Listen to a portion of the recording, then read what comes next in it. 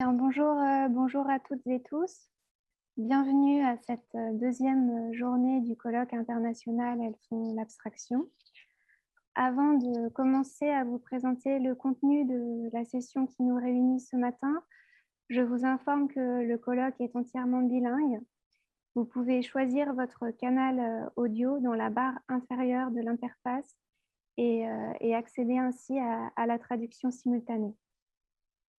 Par ailleurs, je vous demanderai de poser vos questions dans l'onglet Q&A, questions et réponses, plutôt que dans le chat qui est réservé à d'autres types de contenus. Et je vous informe qu'en tant que modératrice de cette session, je relayerai vos questions écrites à nos trois intervenants. Et je le ferai lors d'un temps d'échange qui suivra les présentations des personnes qui vont prendre la parole ce matin. Et donc, je précise que vous pouvez formuler vos questions dans la langue que vous souhaitez. Alors, ces modalités techniques étant réglées, je vais passer au contenu. Cette deuxième matinée d'études devait s'ouvrir par quelques mots de Jean-Max Collard, qui est le chef du service de la parole au département culture et création du Centre Pompidou. Il ne peut malheureusement pas être avec nous ce matin. Il le regrette, mais il m'a chargé de dire quelques mots en son nom. Et c'est donc par là que je vais commencer. Comme vous l'avez sans doute lu dans le programme, cette deuxième matinée du colloque international Elles font l'abstraction est consacrée à une session doctorale, c'est-à-dire que cette demi-journée accueille des contributions de jeunes chercheurs. Et c'est une chose à laquelle Jean-Max Collard et son service tenaient beaucoup. Faire entendre les recherches actuelles lui paraissait d'autant plus pertinent que la question de la place des artistes femmes aujourd'hui est, pour reprendre ces mots, d'une actualité brûlante.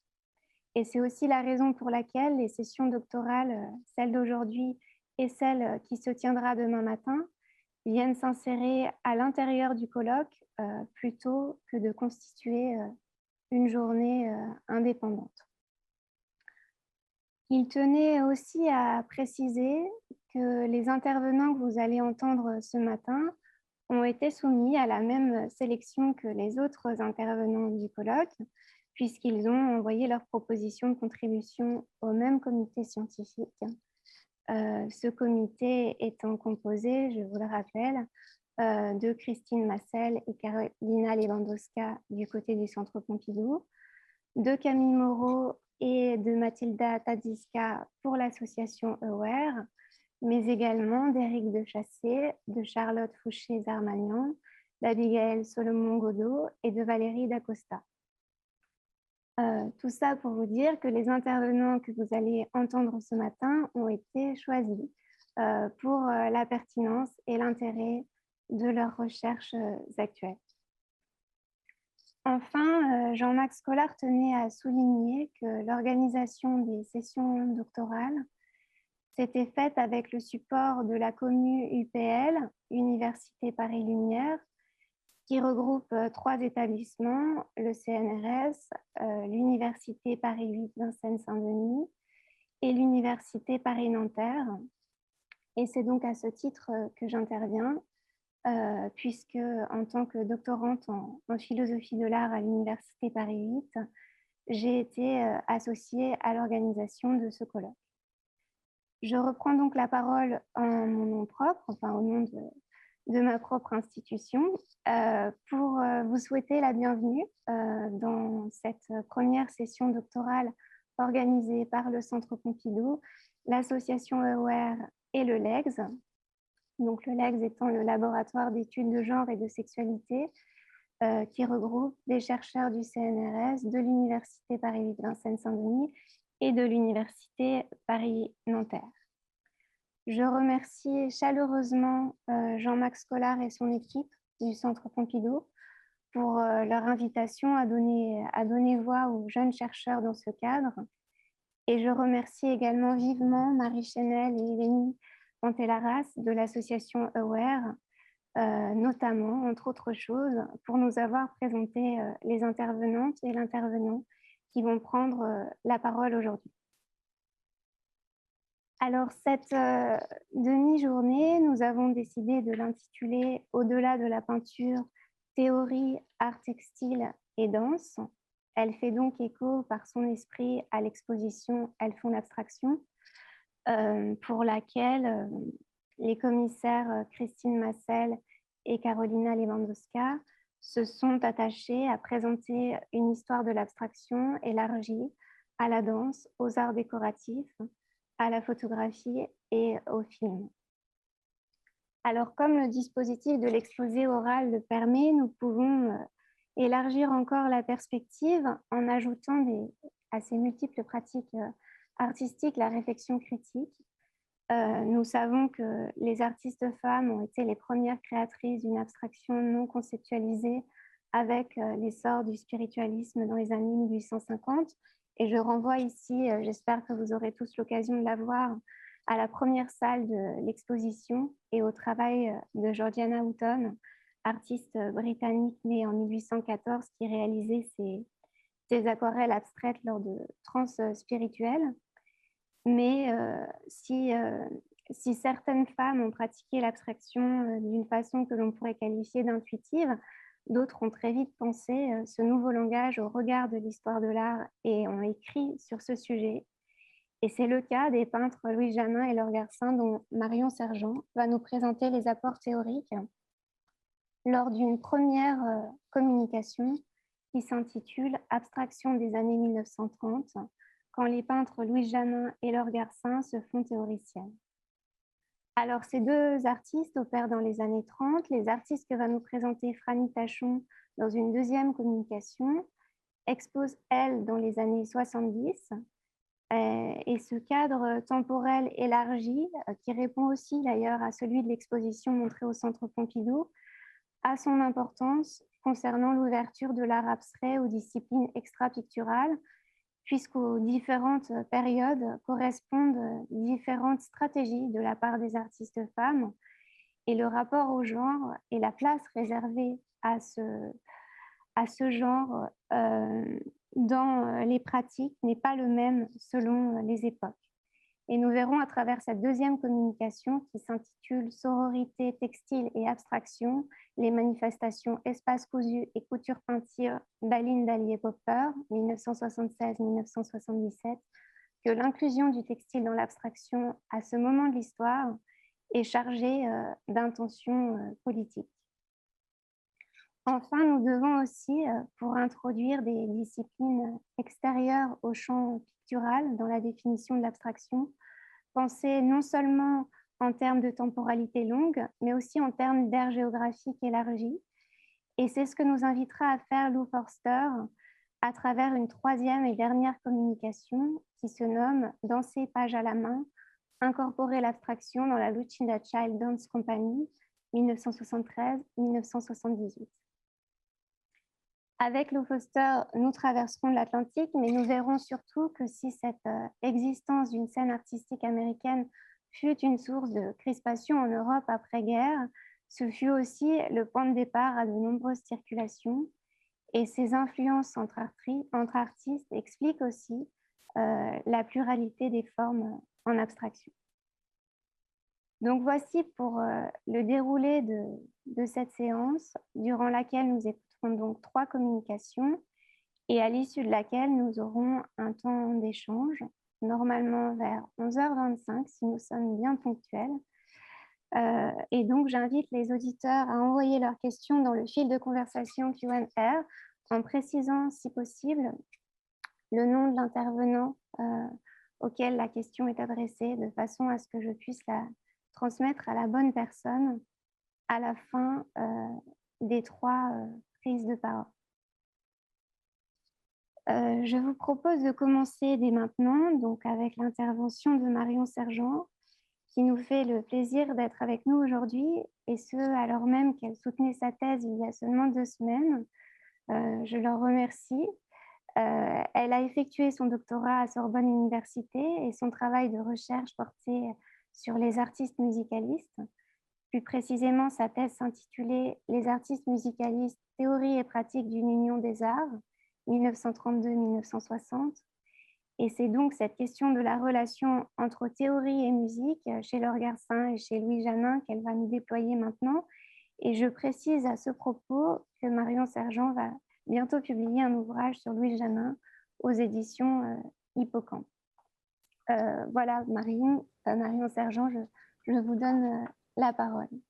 Merci beaucoup, Oriane Castel. Je tiens à vous remercier, ainsi que les organisateurs et les organisatrices du colloque, l'association Aware, le Centre Pompidou et puis le laboratoire LEGS, de m'accueillir aujourd'hui. Alors, je vais juste partager mon écran pour que tout le monde ait accès au PowerPoint que je vais vous présenter.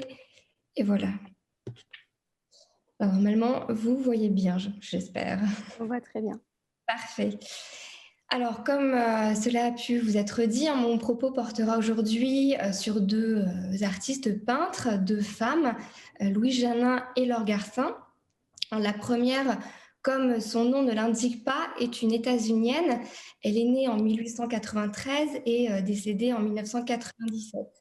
La seconde est française. Elle est de 3 ans plus jeune que sa consoeur, née en 1896 et décède en 1978.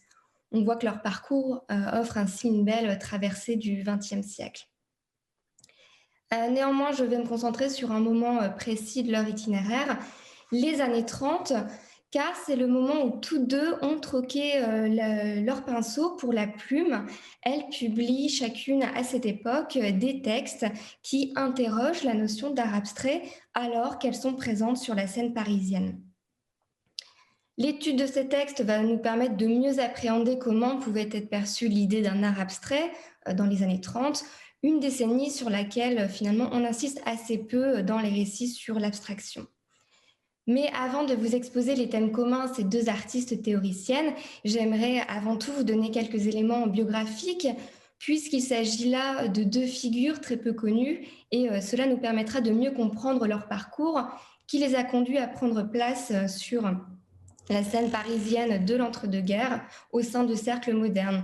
Comment et pourquoi se sont-elles intéressées à l'art abstrait, alors que, comme on va le voir, leurs œuvres de jeunesse sont assez éloignées des recherches d'avant-garde. Alors, je vais commencer par Louis Janin. Je vous présente ici les deux premières œuvres qui nous sont connues, La Vierge au bois de bambou et Mandara, qui ont été réalisées à la fin des années 10 et qui ont été exposées au Palais des Beaux-Arts de San Francisco, ville dans laquelle elle a grandi. Ces peintures sont extrêmement représentatives des œuvres de jeunesse de Janin en empruntant leur sujet aux philosophies extrêmes orientales. Alors après quelques voyages, Louis Janin s'installe à Paris à la fin de l'année 1923 et si son exposition suivante, l'année suivante en 1924, à la galerie Bernheim-Jeune, montre un large corpus qui est inspiré par le bouddhisme, l'hindouisme ou encore le taoïsme, on va retenir chez elle également son style décoratif, la richesse ornementale de ses œuvres. Or, ces lignes ornementales vont acquérir chez Janin de plus en plus d'autonomie, une autonomie de plus en plus grande qu'on va pouvoir voir dans son exposition de 1928 à la galerie Georges Petit. On va d'ailleurs voir apparaître des titres qui trahissent cet élan décoratif et ces recherches plus formalistes, des titres comme composition, rythme ou encore interprétation décorative. Ici, je vous présente deux exemples dans cette peinture intitulée Ballet de 1927-1928 ou encore dans ce portrait d'Armande de Polignac de ces mêmes années. On voit que les spirales, les lignes sinueuses ne sont plus contenues sur les tissus ou sur le mobilier comme c'était le cas dans ces œuvres précédentes, mais viennent soit suggérer le mouvement des danseuses, soit les sonorités du piano. Les motifs décoratifs se libèrent ainsi d'un prétexte figuratif. Alors, sa rencontre en 1926 avec le pionnier de l'abstraction František Kupka, pour lequel, dans ses textes, elle ne cache pas son admiration, n'est certainement pas étrangère à une telle évolution. À cette époque, elle va aussi faire la connaissance du peintre Henri Valency. Alors, pour rappel, Henri Valency avait été le secrétaire du Salon de la Section d'Or de 1912 et Valency va l'inviter en 1932 à rejoindre l'association des artistes musicalistes qu'il vient de créer avec Charles Blangati, Gustave Bourgogne et Vito Stracquadeni, une association qui doit réunir ceux qui œuvrent, et je cite leur manifeste, en obéissant aux lois d'inspiration et de composition de la musique actuelle prédominante parmi les arts. Alors Louis Janin va alors participer assidûment aux expositions du groupe et aux soirées à l'atelier de Valency, des soirées qui vont attirer des artistes qui sont au cœur des avant-gardes, tels que Robert et Sonia Delaunay, Kupka, Valentine Prax, Albert Glaise, Juliette Roche, mais aussi Filippo Tommaso Marinetti. Alors ce bref tracé du début de la carrière de Janin permet d'esquisser quelques éléments de réponse de son passage à l'abstraction, et je mettrai entre guillemets cette expression de passage à l'abstraction, car il faudrait éviter de tomber dans le mythe d'une évolution progressiste qui ne pourrait que tendre à la non-figuration, comme vous allez pouvoir le voir.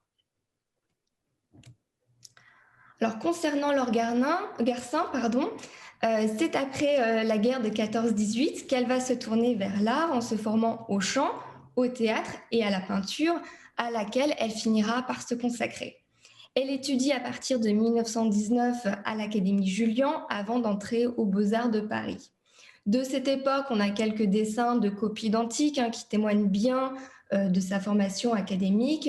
Ce qu'on peut aussi lire dans les genres traditionnels qu'elle va traiter au milieu des années 20. Je vous ai mis ici deux exemples, un paysage du Jura, le parc Moustier, et également une nature morte, un académisme qu'on décèle aussi dans ce traitement assez réaliste. Alors, ses débuts de carrière, Garcin le juge bien sévèrement des années plus tard. Je vous ai mis une citation de 74, je vous la lis. « Je n'aurais pas la puérilité de nier que dans les débuts de mon travail de peintre, j'ai cru nécessaire d'explorer les rapports de forme que me proposait le monde extérieur.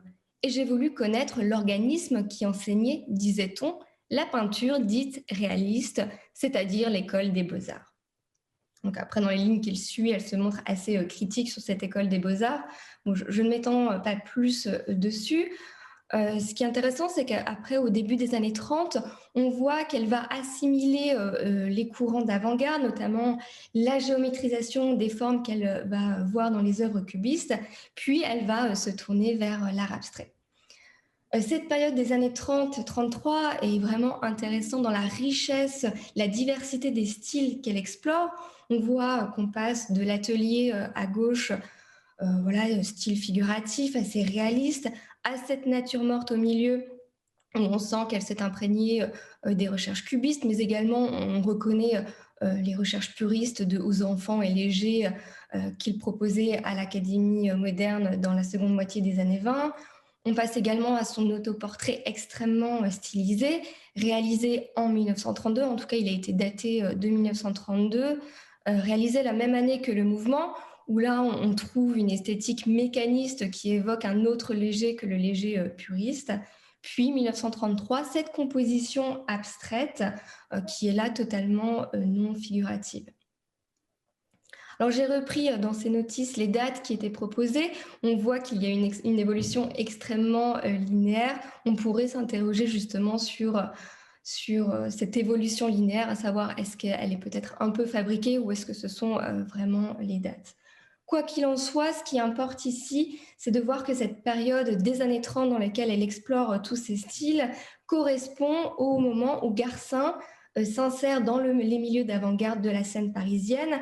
Elle va participer en 1931 à l'exposition de l'association 1940, une exposition qui va réunir Robert Delaunay, Fernand Léger et qui va mettre en valeur l'art abstrait, avant de prendre part à Abstraction Création l'année suivante, comme en témoigne un petit texte qu'elle a écrit et qui va paraître dans le numéro de la revue du groupe en 1932.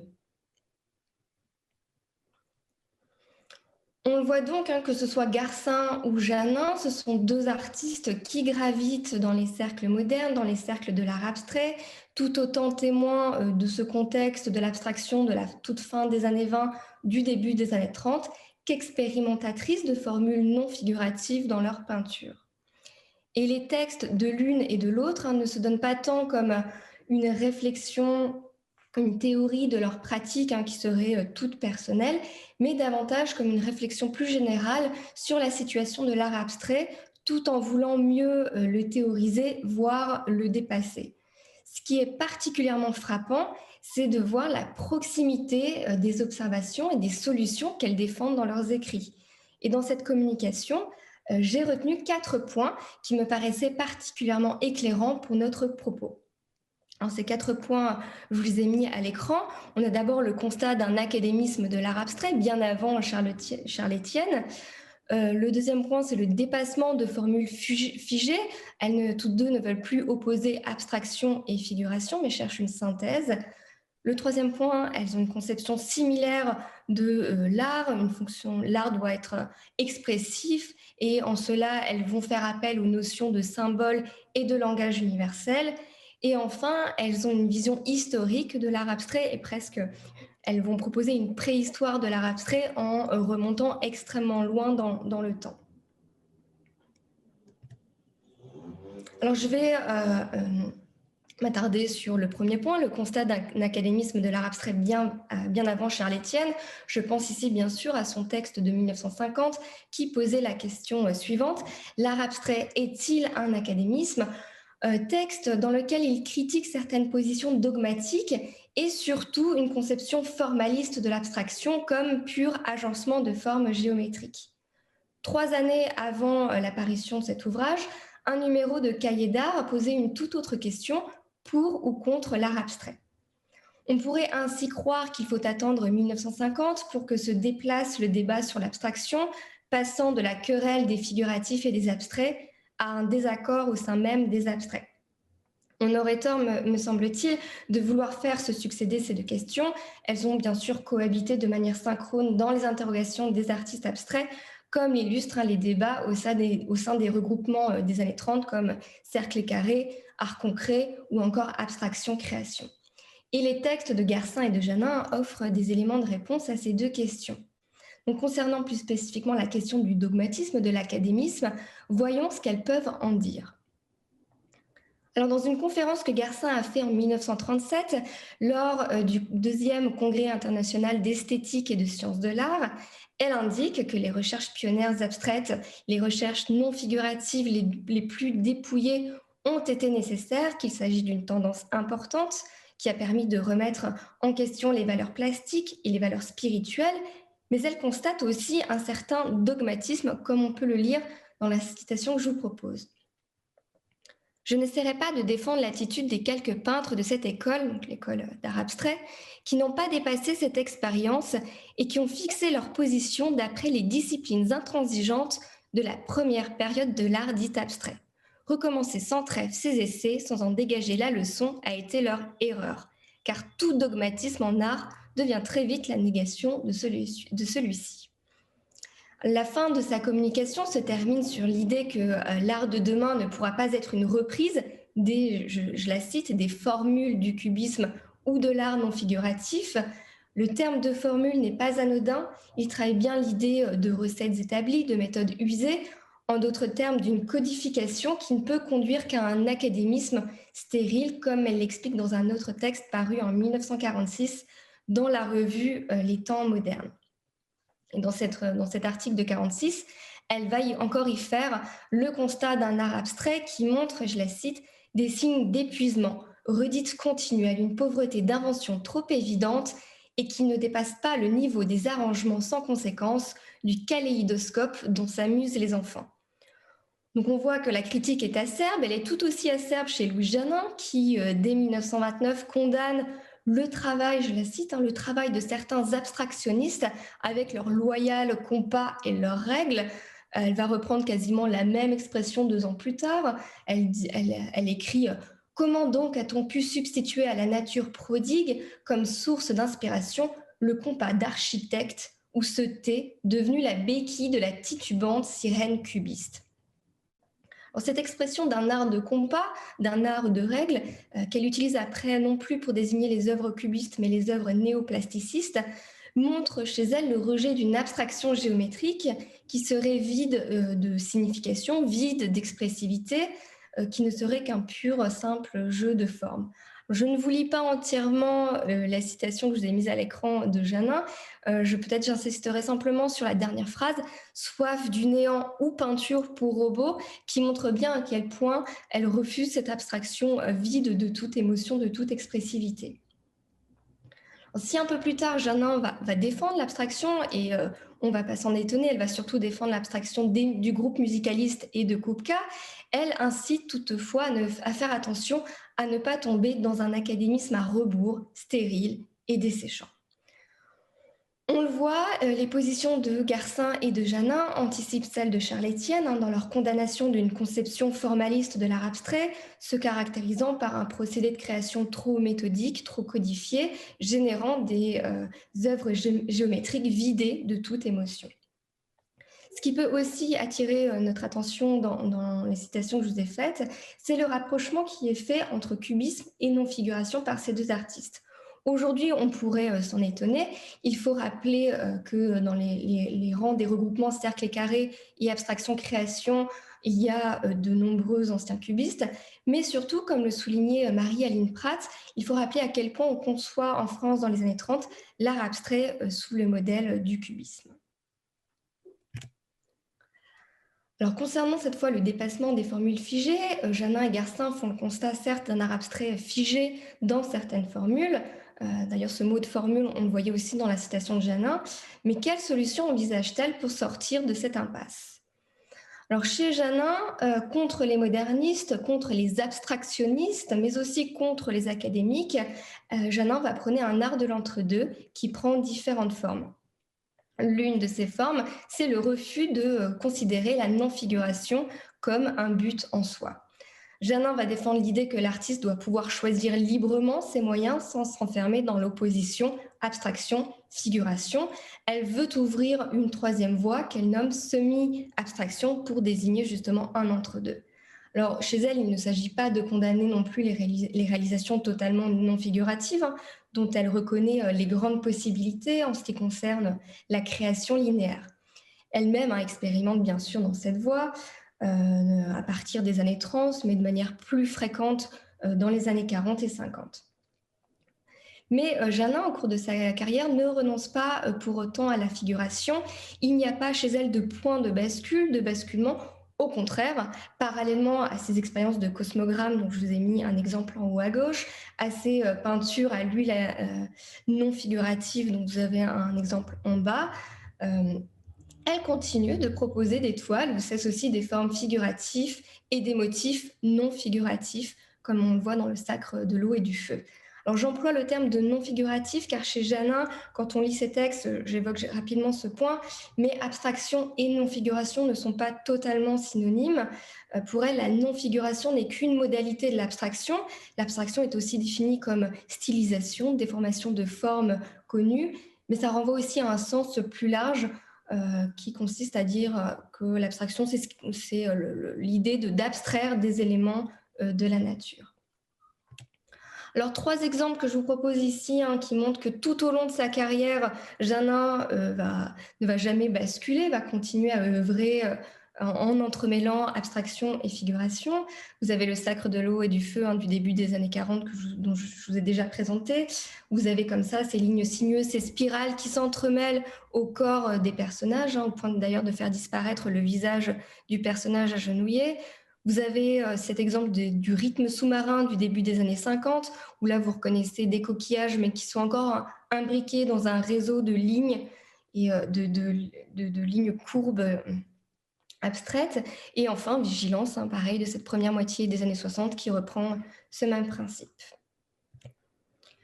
Alors passons à Garcin. Donc, tout l'enjeu de la communication de 1937 qui est faite par Garcin repose sur cette même idée de pousser l'art abstrait hors de la simple non-figuration, comme l'indique d'ailleurs très justement le titre de sa communication, l'évolution de l'art abstrait vers un art de synthèse symbolique.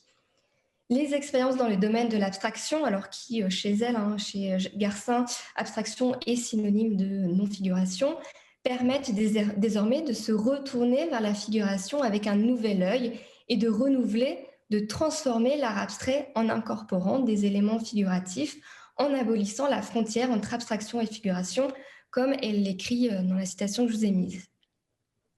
Ces rapprochements eussent été impossibles avant l'expérience de l'art non figuratif intégral, mais actuellement, et grâce au développement dialectique de celui-ci, qui tend présentement à se dépasser pour créer une nouvelle synthèse, la barrière que l'on avait élevée entre les domaines des formes figuratives et le domaine des formes non figuratives devient parfaitement inutile. L'aspiration de Garcin est ici on ne peut plus claire et se retrouve tout à fait dans la production des années 30, parfois non figurative, comme avec cette composition au point noir de 1933, parfois entremêlant des motifs figuratifs et non figuratifs, comme dans Les hommes et la machine de 1932. Ainsi, Garcin et Janin ne polarisent pas le débat sur l'abstraction et la figuration. Au contraire, elles envisagent la possibilité d'unir ces deux moyens et l'expérimentent dans leurs travaux. Leurs interrogations à rendre compte d'une scène abstraite qui hésite, qui oscille entre appellations et qui oscille donc entre des conceptions différentes. D'ailleurs, on peut lire dans un des cahiers de la revue d'Abstraction Création un mot, une phrase de Garcin qui en dit long. Le « il », elle se réfère au langage plastique, peut être ou ne pas être figuratif. Là n'est pas la véritable question. Alors ensuite, je vais voir les deux derniers points de manière un petit peu plus rapide. L'argument principal d'une union de ces deux modalités, c'est le troisième point que j'évoquais, c'est l'idée d'une fonction expressive et que je vais vous exposer succinctement. En fait, on a l'idée d'une synthèse de l'abstraction de la figuration qui repose sur une conception similaire de la fonction de l'art et surtout de la peinture. La peinture doit être l'expression de l'artiste, comme le souligne la citation de Garcin à l'écran. La peinture est l'expression de la pensée qui elle-même n'est pas seulement faite d'images abstraites, mais aussi d'éléments figuratifs. On retrouve ici l'idée d'un langage de l'art, ce qui renvoie à la thèse qu'avait défendue Georges Roch dans son ouvrage « Qu'est-ce que l'art abstrait ? Une histoire de l'abstraction en peinture », qui démontrait que loin d'être vide de toute signification, les recherches abstraites cherchaient au contraire à charger les moyens de la peinture, couleurs et lignes, d'idées, de contenu, de signifier. On comprend mieux pourquoi on retrouve chez ces deux artistes l'emploi du mot de symbole comme notion centrale de leur pensée. Un art de synthèse symbolique, comme le disait Garcin. D'abord parce que le symbole renvoie au champ de la sémiotique, à l'idée d'un langage de l'art, couleurs et lignes se faisant les signes d'idées, de pensée. C'est bien ce thème de l'expressivité qui est en jeu. Mais aussi parce que le symbole, contrairement au signe, n'est pas arbitraire, mais motivé. Il y a un rudiment de lien entre idées et signes dans symbole. Je reprends ici une phrase de Saussure. Pour Janin et Garcin, le but n'est pas de mettre en place un langage personnel dont il faudrait expliquer la codification, et on a vu à quel point elles étaient méfiantes envers des systèmes trop codifiés. La peinture ne doit pas seulement exprimer l'intériorité, leur pensée, mais celle-ci doit être transmise et communiquée aux regardeurs. Il ne s'agit donc pas d'établir un langage de l'art, mais un langage universel de l'art, une expression qu'on retrouve justement dans la citation que je vous ai mise de Janin. Et cet universalisme est justifié par l'idée de forme commune, de symbole commun à l'humanité, reprenant des idées développées à l'époque dans le champ de la psychanalyse et de l'anthropologie.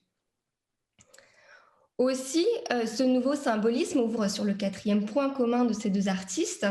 Si la forme du symbole peut être abstraite, et si les symboles sont de l'ordre de l'universel de l'humanité, s'inscrivant donc dans une histoire longue, alors on ne peut être étonné de voir que Garcin et Janin vont défendre une histoire de l'abstraction qui n'est pas seulement un mouvement moderne, mais un procédé de création qui a accompagné l'histoire de l'art.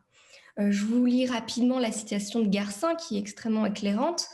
Or, l'art dit abstrait de notre époque représente une forme de cette audace, mais il n'est pas pour cela une création inhérente à notre siècle et totalement inconnue au cours de l'histoire de l'art.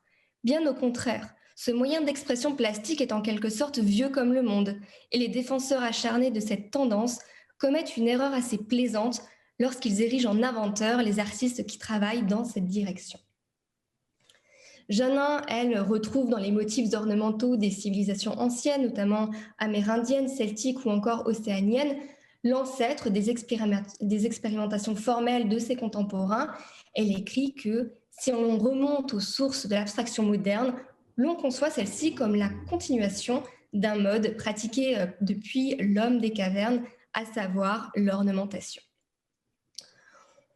On est donc ici loin des histoires de l'art abstrait comme elles ont pu être écrites parfois durant l'après-guerre ou même par Alfred Barr en 1936.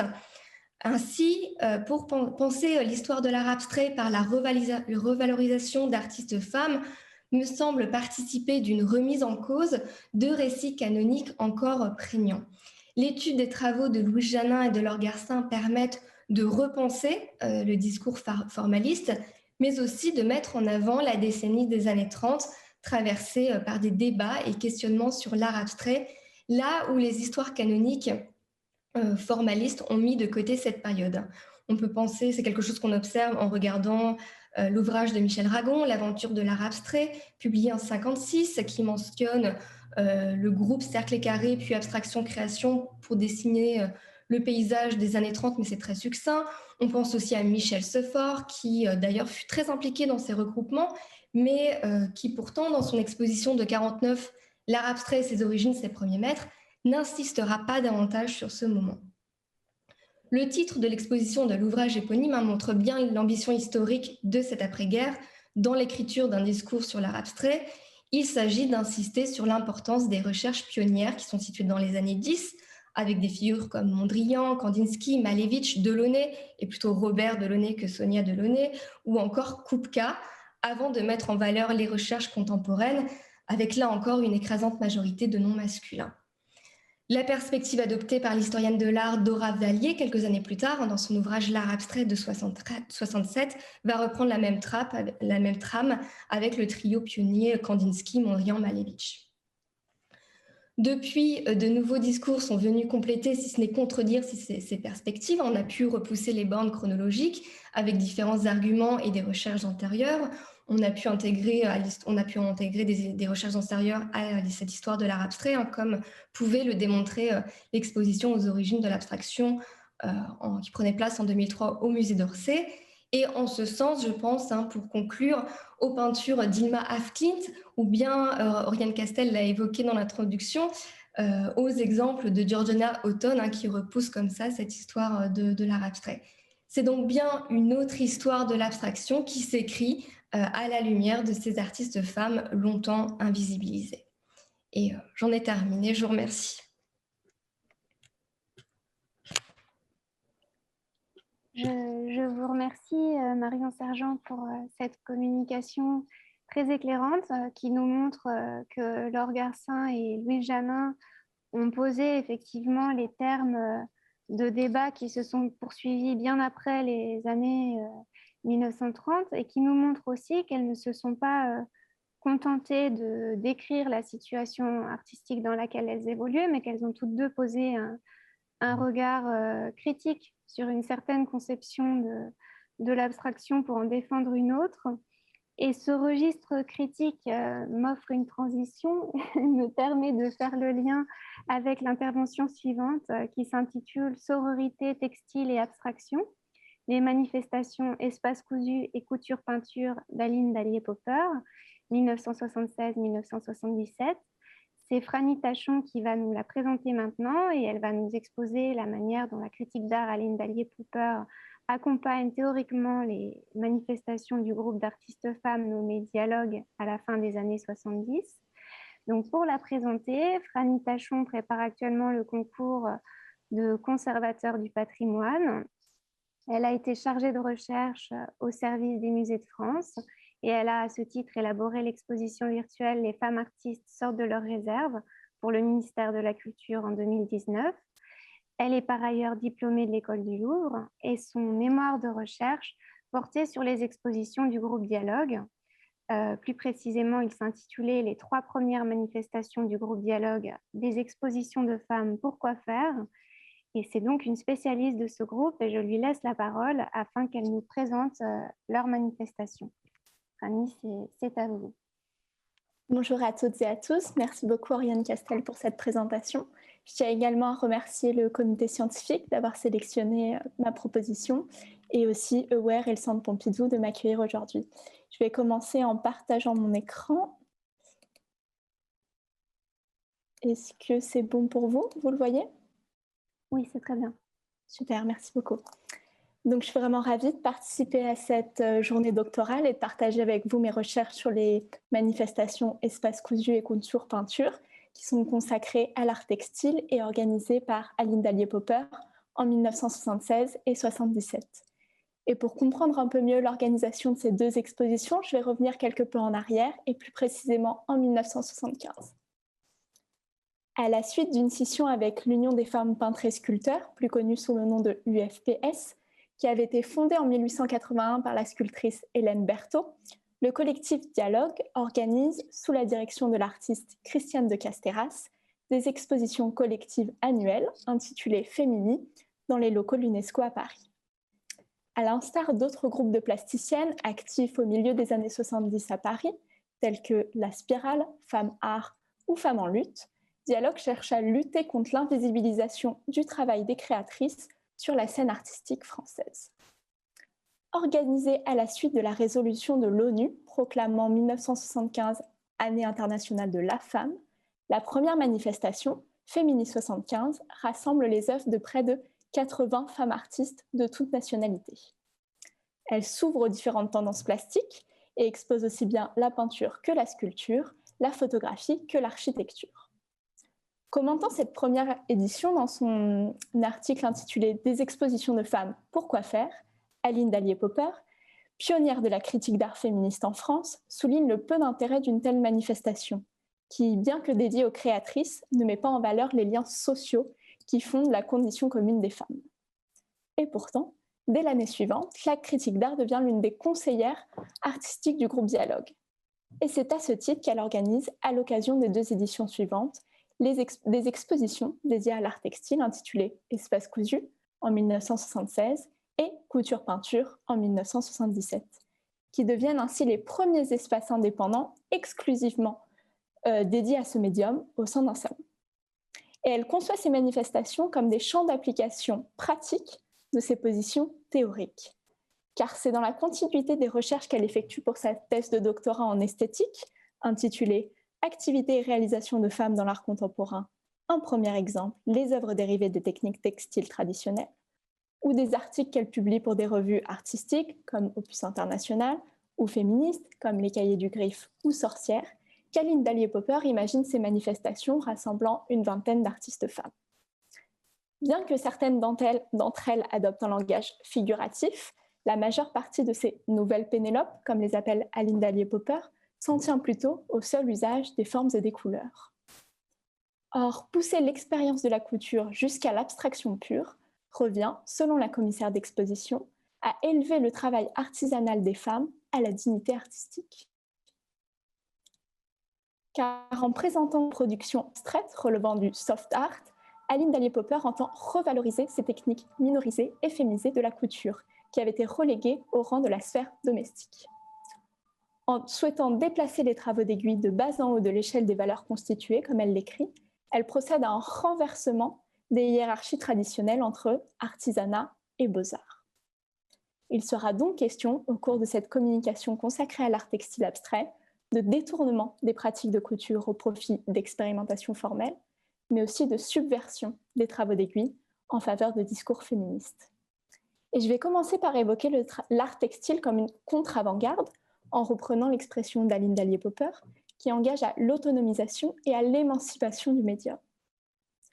En effet, dès les années 1960, un certain nombre de plasticiennes réalisent des créations textiles directes, c'est-à-dire sans médiation avec un lissier, sans recours au carton, ni même parfois au métier à tisser. Les techniques de couture sont ainsi revisitées, voire détournées, au profit d'une esthétique abstraite.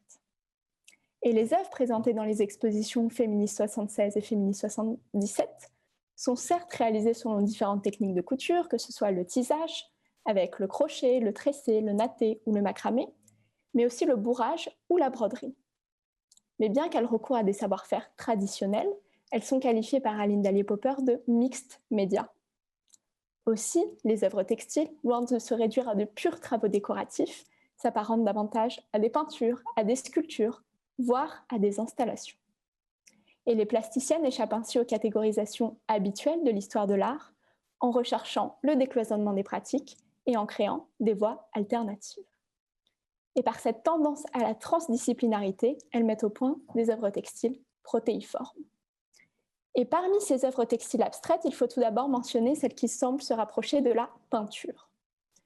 Aussi, il convient de citer le travail de l'artiste cubaine Essie, installée en France dès 1962 et proche des divers groupes féministes parisiens, Dialogue, mais aussi Femmes en lutte. Son œuvre avait déjà été présentée par Aline Dallier-Popper à New York dans l'exposition Combative Acts, Profile and Voices de 1976 à la galerie AIR, qui est la première galerie coopérative exclusivement gérée par des plasticiens. L'œuvre exposée dans l'espace cousu de Féminis 76 est un de ces tableaux brodés issus de la série Grillage. Vous pouvez remarquer des traits horizontaux qui sont répétés de façon sérielle sur toute la surface d'une toile de coton de couleur écrue.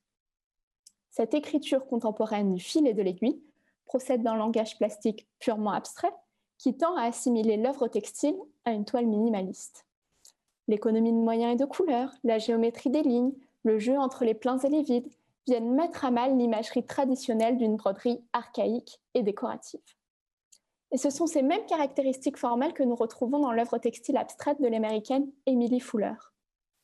Dans son travail, les morceaux de tissu sont cousus entre eux à la machine, les diverses formes géométriques sont assemblées entre elles par le fil et elles sont unifiées par la peinture puisqu'une couche de couleur recouvre entièrement la pièce. Ces deux types d'œuvres, finalement assez proches stylistiquement, bien que différentes techniquement, sont interprétés par Aline Dallier-Popper comme des faits fibreux qui relèvent les qualités structurelles du textile. Et cette mise en valeur du matériau se retrouve dans un autre type de pratique textile détournée, défendue par Aline Dallier-Popper et présentée dans les expositions féminines.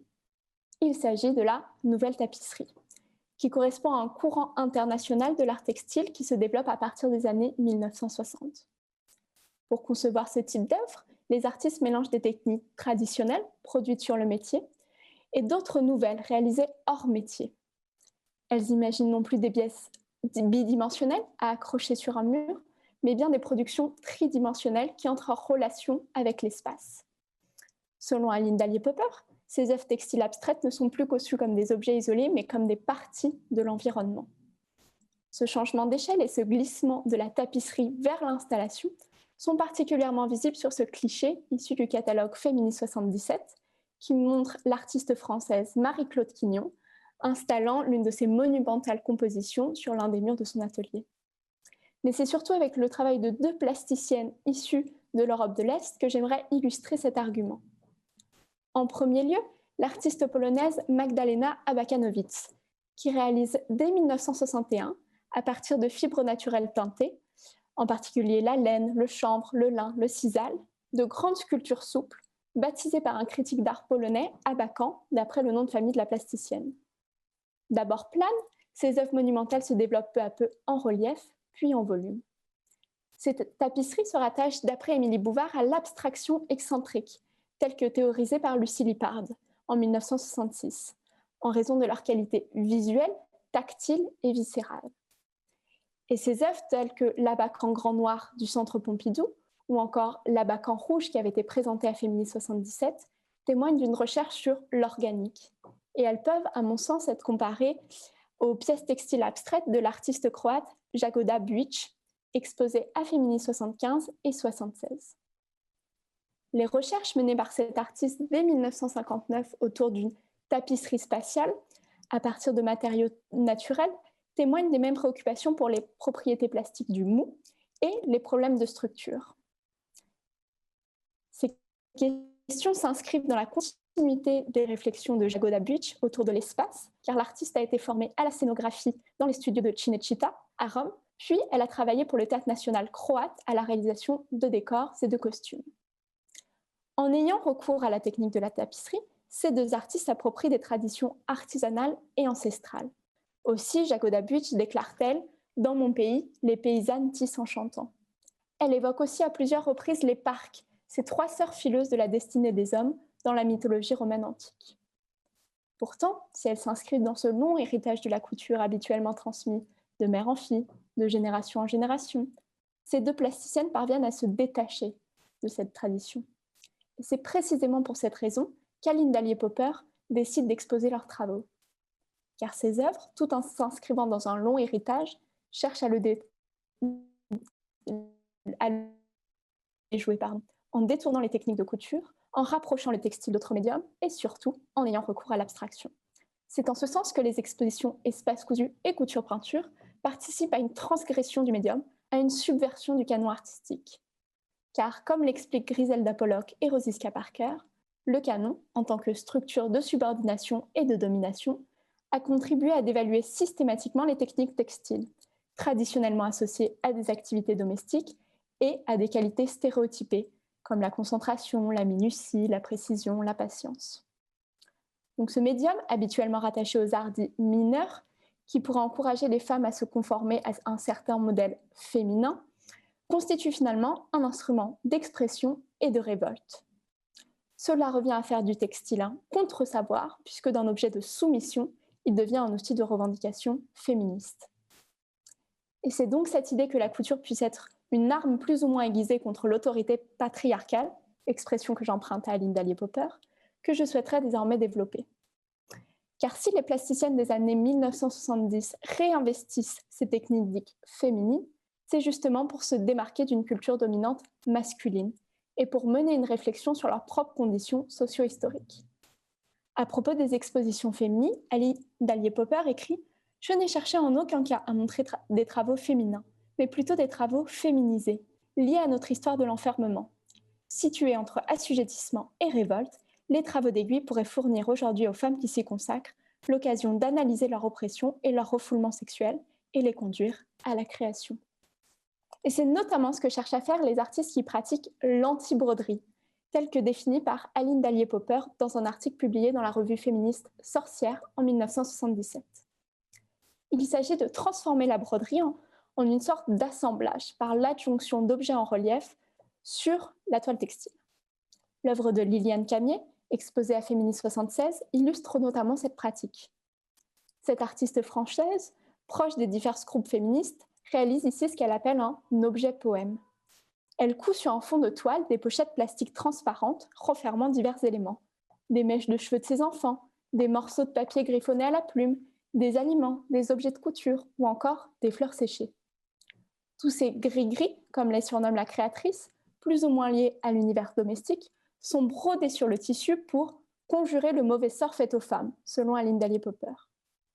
Bien qu'abstraite dans sa composition, puisqu'uniquement faite de formes et de couleurs, cette œuvre s'appuie pourtant sur la réalité du quotidien des femmes. En cela, elle peut être comparée au travail de Milvia Maglione, qui développe ce qu'Aline Dallier-Popper qualifie de poétique du domestique. Également exposée dans l'Espace cousu de 1976, sa leçon de broderie juxtapose sur un fond de feutrine gris des accessoires de couture miniature, de minuscules échantillons de points de broderie et des disques découpés dans une toile qui sont tenus par une épingle et qui sont agrémentés de fils de soie de couleur.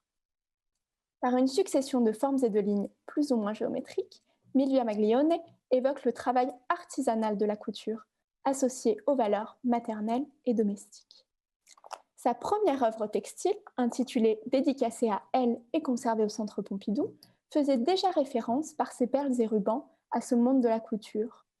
Tandis que beaucoup d'heures de travail, exposées à Féministe 77, convoquaient davantage l'univers de la cuisine, avec ses minuscules ustensiles cousus à même une toile rayée. Aline Dallier-Popper a pu comparer ses œuvres textiles à des formes d'ex-voto contemporains, voyant dans ces assemblages un possible écho aux bannières confectionnées par les femmes pour célébrer la fête de la Vierge dans la région des Pouilles, en Italie, d'où est originaire Milvia Maglione. Aussi, ces toiles s'apparenteraient à des tableaux d'autel pour les femmes contemporaines, car dans son travail textile, Milvia Maglione utilise des techniques mémorielles pour exprimer des préoccupations actuelles. C'est ainsi qu'elle écrit « L'artiste femme peut joindre aux médias picturaux traditionnels les médias typiques à sa propre nature, par exemple l'aiguille, le fil, l'épingle, et radiographier ainsi en profondeur ses propres angoisses et ses émotions.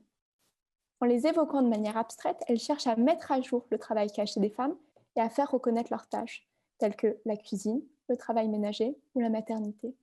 Et ce type de revendication, caractéristique du mouvement de libération des femmes, qui place l'économie domestique au cœur du politique, est particulièrement présent dans le travail de Raymond Darcier.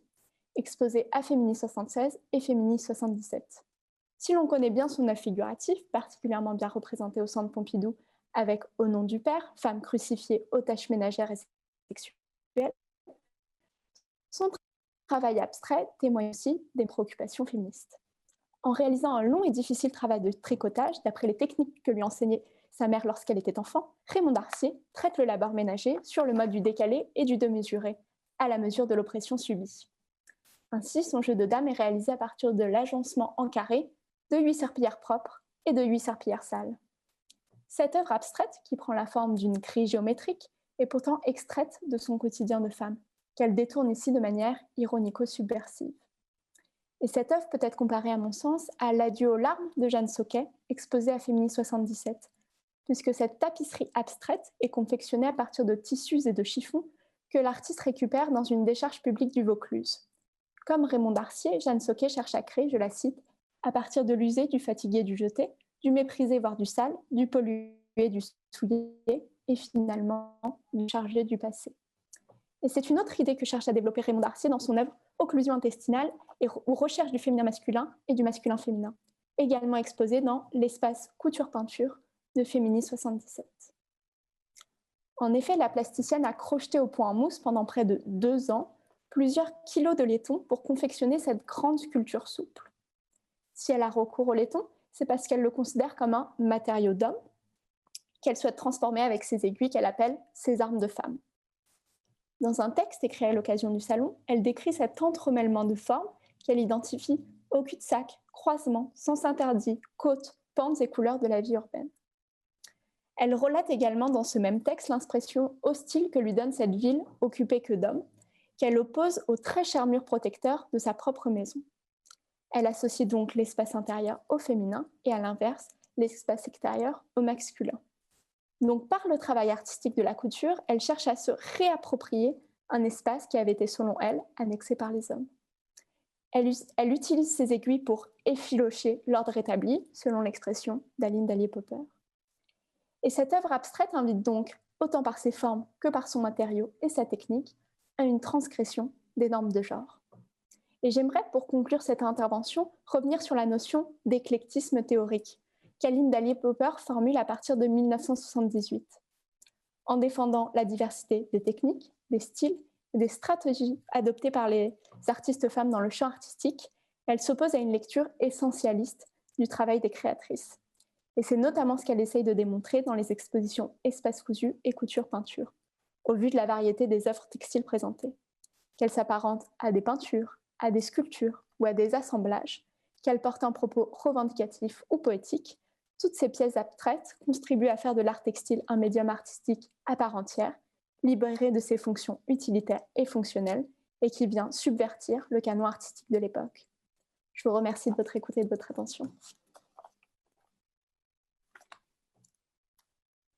Merci à vous, Franny Tachon, pour cette communication très intéressante qui a le mérite, entre autres choses, d'insister à nouveau sur l'importance de l'accompagnement théorique, puisque vous l'avez dit, l'usage du terme mixed media par Aline Dallier-Popper contribue à rendre légitimes les pratiques textiles du groupe Dialogue, c'est-à-dire que l'accompagnement théorique participe d'une reconnaissance artistique du travail des créatrices de leur vivant.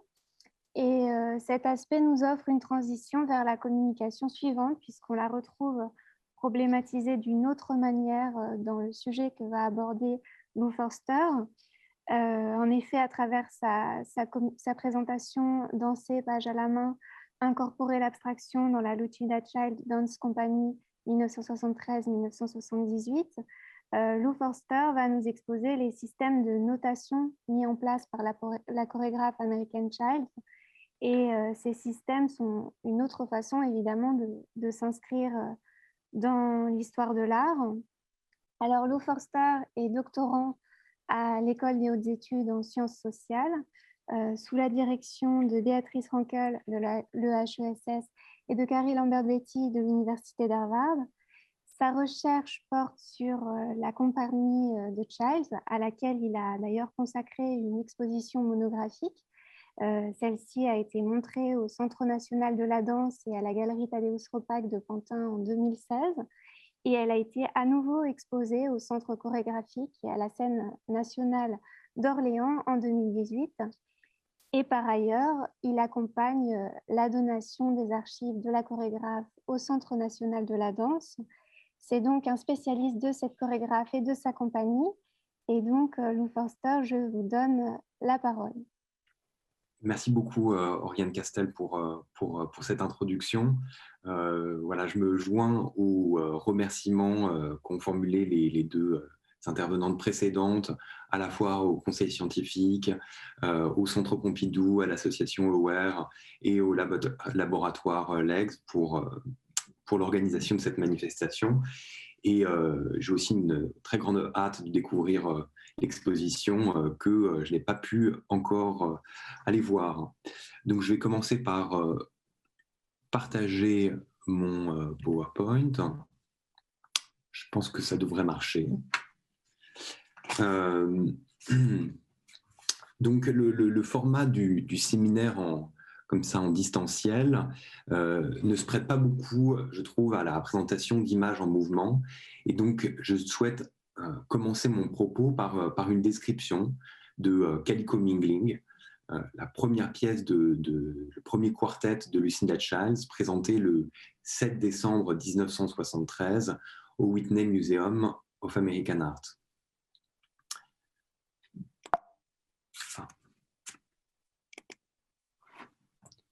Donc, assis sur des chaises, au sol ou debout, le public délimite un carré de 11 mètres de côté dans l'une des salles du musée. Les 4 interprètes gagnent calmement 4 repères au sol, au centre de l'espace. Elles sont espacées de 120 cm et forment 2 lignes orientées dans la même direction. Puis elles se tiennent là, attentives et concentrées. Au bout d'un moment, Lucinda Childs, placée à droite, donne une impulsion. Ses bras s'écartent et ce geste bref, précis et calme règle l'unisson. Les danseuses s'élancent d'un même pas vers l'avant. Les semelles de leurs chaussures résonnent sur le parquet dans un tempo rapide que la chorégraphe qualifie de légèrement athlétique. Au bout de 6 pas, l'organisation du groupe se complexifie. Chacune d'elles effectue un demi-arc de cercle dans une direction différente, vers la droite ou vers la gauche. Alors qu'elles évoluaient sur des lignes parallèles, elles s'éloignent, se rapprochent ou se croisent. Et les lignes droites et les arcs de cercle se distribuent entre les interprètes, tandis que le sens et l'orientation varient. Ils conduisent les interprètes à parcourir cette surface de 11 mètres carrés sans jamais se rencontrer. Par moments, la danse laisse apparaître des parallélismes, des symétries qui disparaissent puis réapparaissent ailleurs sous une forme différente. Au bout de 3 minutes, les 4 danseuses regagnent simultanément les repères du début de la danse, dans un ordre et dans une orientation différente. Elles viennent d'achever la phrase chorégraphique de Calico Mingling, qu'elles effectueront à 4 reprises dans des configurations spatiales différentes. Ce quartet clôt le premier Concert of Dance de la Lucinda Childs Dance Company. Plus encore que les autres pièces présentées lors de cette soirée inaugurale, il expose les principes chorégraphiques avec lesquels travaille Childs. Le vocabulaire piétonnier de la marche, le rythme continu de l'ostinato, la ligne droite et le demi-arc de cercle des parcours au sol, et le nombre restreint de variations que connaissent ces formes, orientation des interprètes, sens et direction des parcours. Rétrospectivement, l'historienne de la danse Sally Baines fait de Calico Mingling l'un des emblèmes du tournant analytique qu'opère selon elle une partie de la danse américaine au début des années 70, qui s'accompagne d'une dépersonnalisation et d'une objectivation qui conduit l'attention des spectateurs vers, je cite, les structures du mouvement en soi. Fin de citation.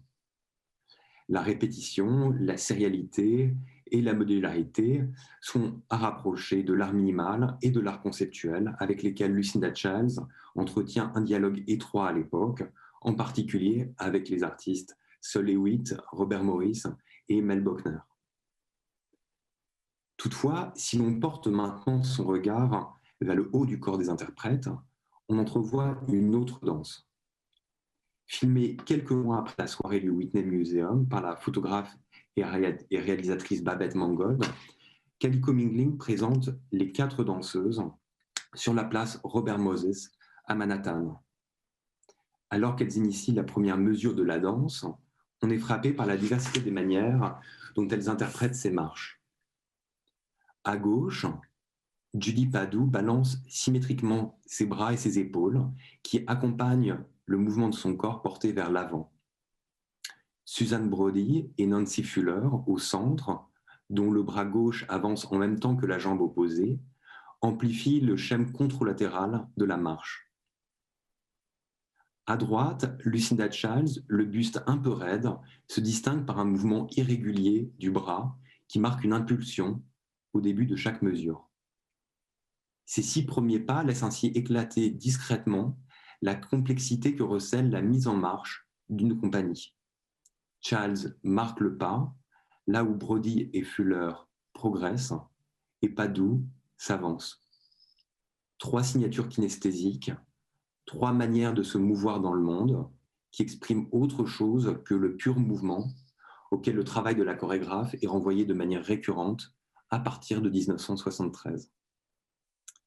Calico Mingling fait ainsi coexister 2 interprétations, quasiment 2 danses, qui se déploient en un temps de plans et de dimensions distinctes.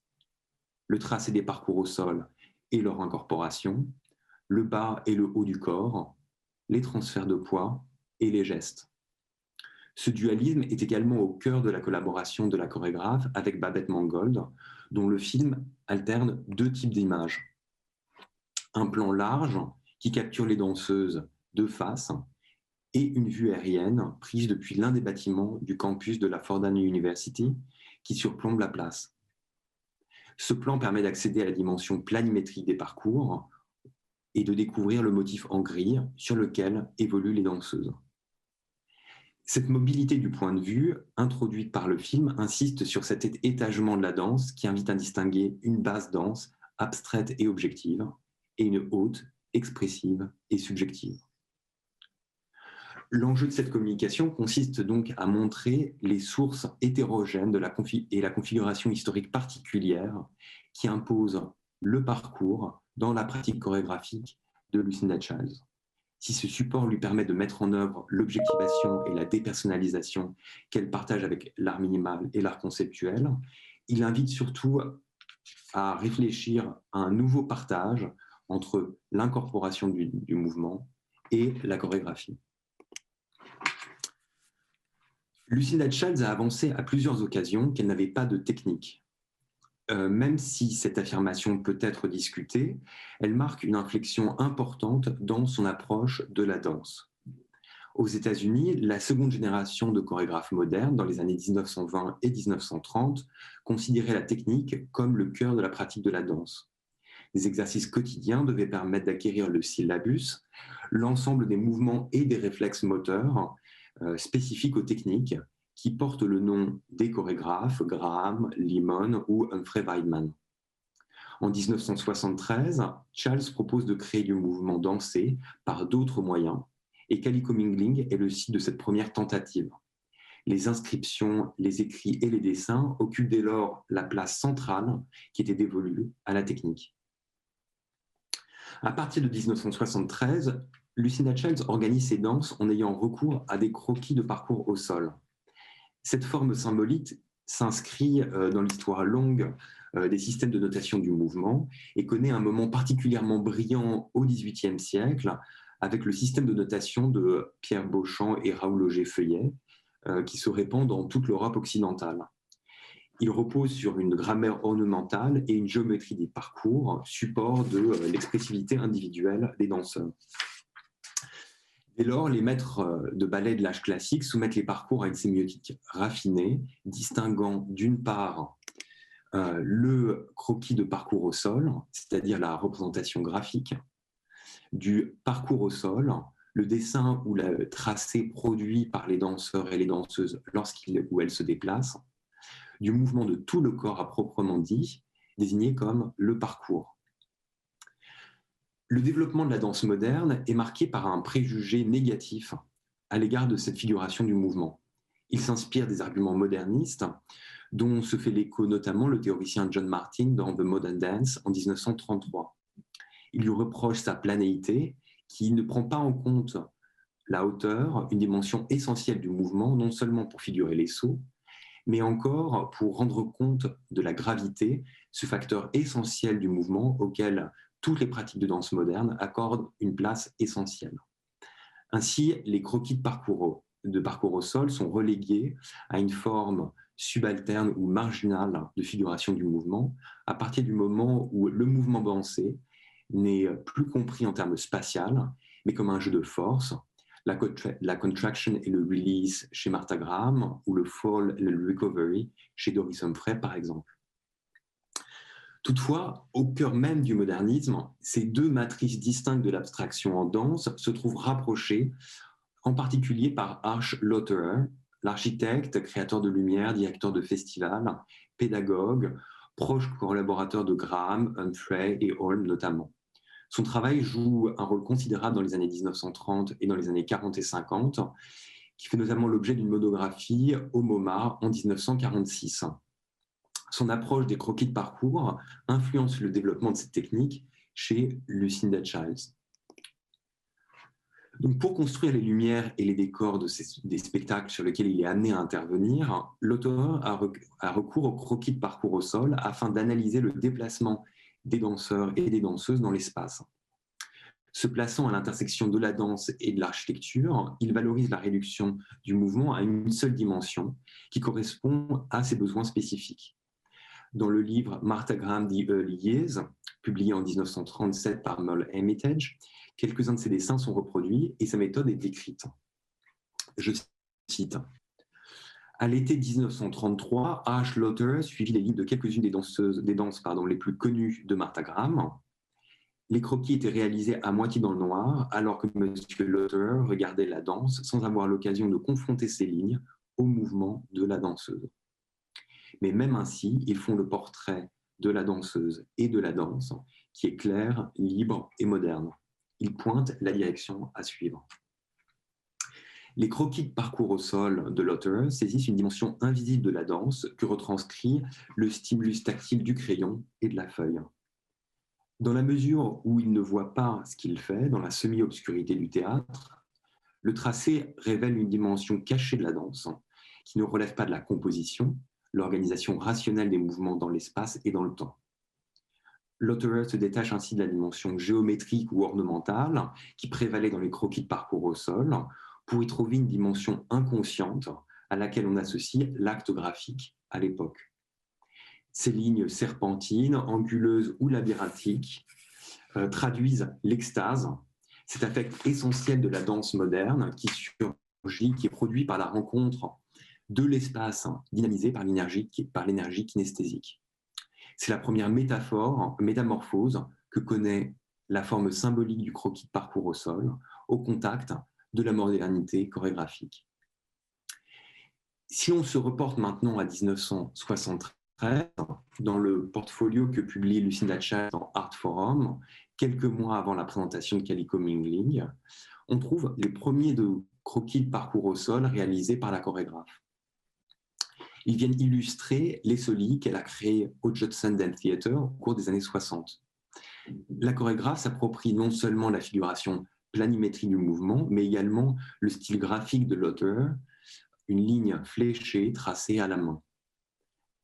La rencontre avec les croquis de Lotterer se fait durant les études de Childs à Sarah Lawrence College entre 1961 et 1963, dont Lotterer a créé et dirigé le département d'études théâtrales jusqu'à sa mort en 1958. Lorsque Childs y fait ses études, le département de danse est dirigé par l'une des proches de Lotterer, la pédagogue, traductrice et ancienne danseuse de Martha Graham, Bessie Schoenberg. Et Martha Graham, The Early Years fait partie du programme. Le recours au croquis de parcours s'appuie chez Childs sur une dimension tactile et indiciaire du tracé mis en évidence par l'auteur.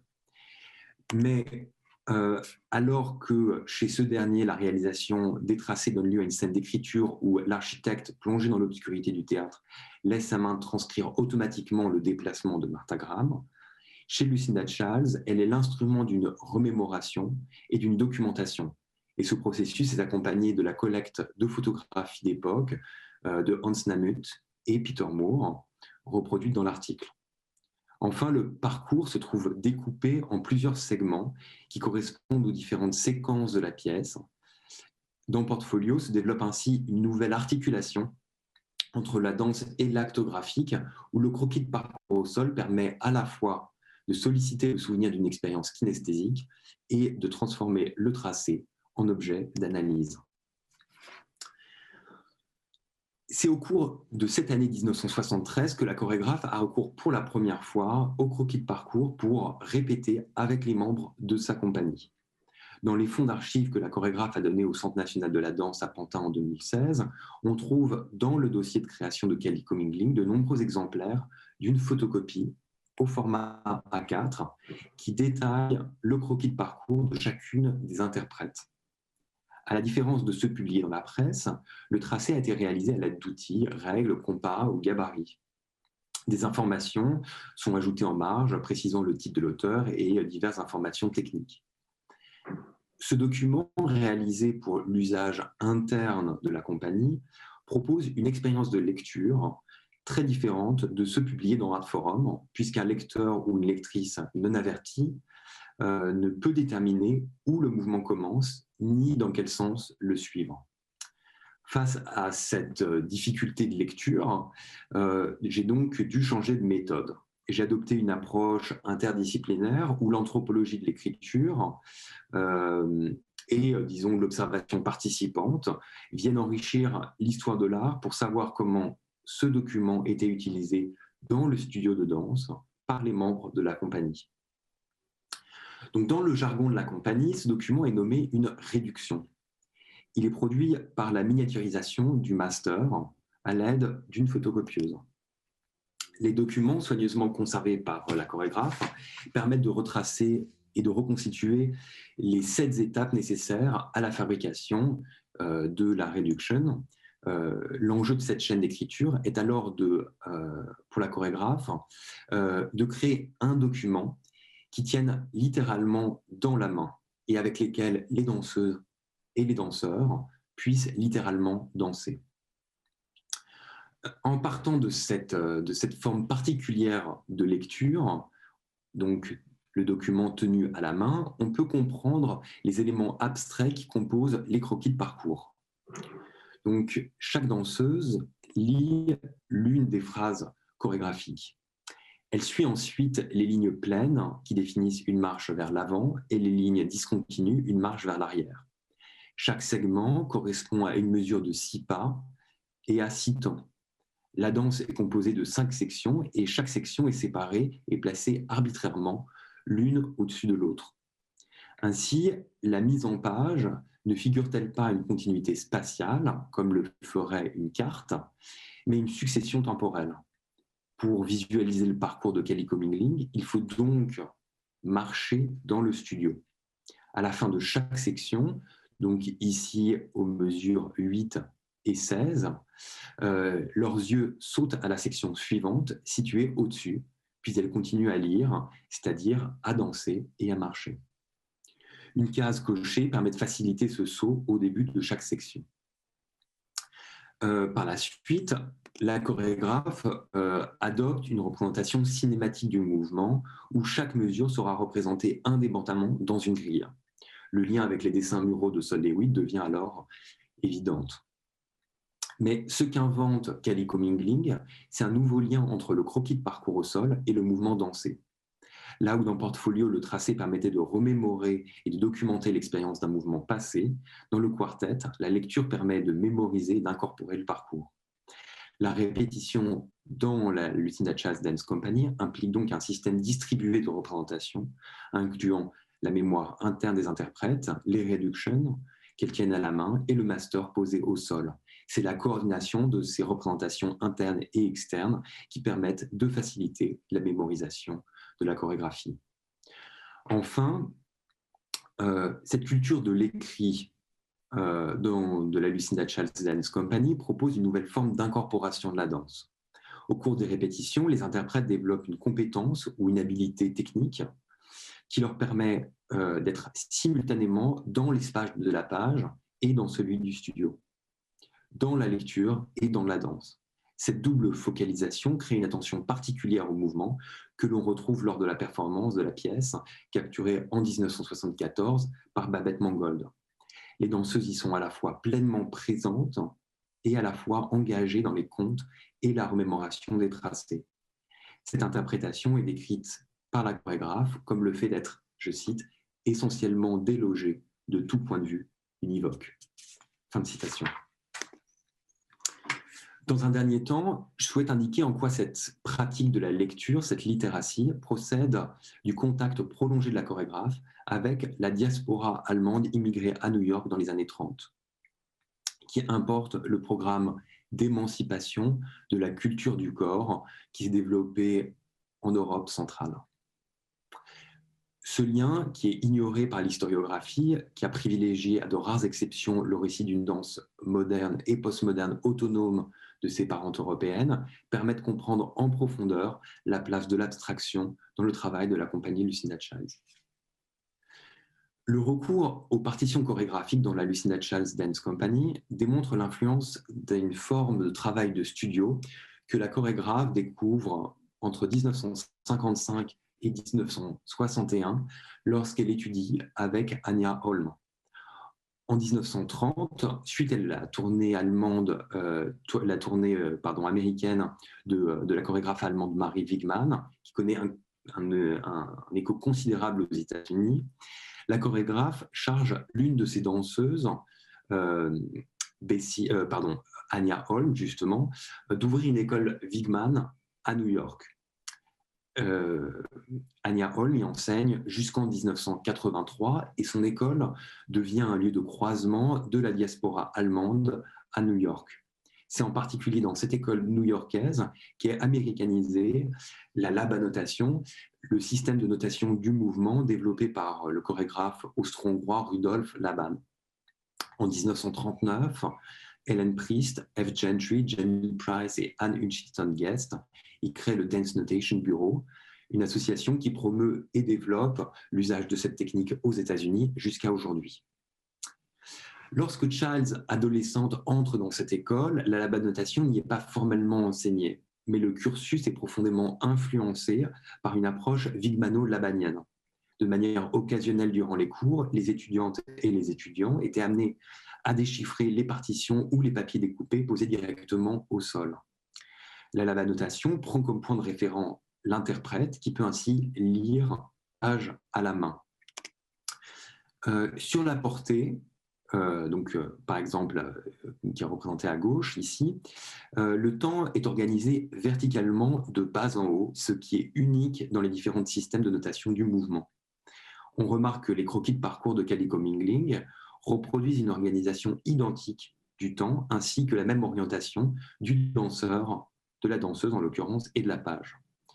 Bien que les formes graphiques auxquelles Lucinda Childs a recours sont absolument différentes de celles de la Laban notation, ces partitions peuvent donc être décrites comme des palimpsestes qui transposent la matérialité et certaines propriétés graphiques du système qu'elle a étudié à la fin des années 50.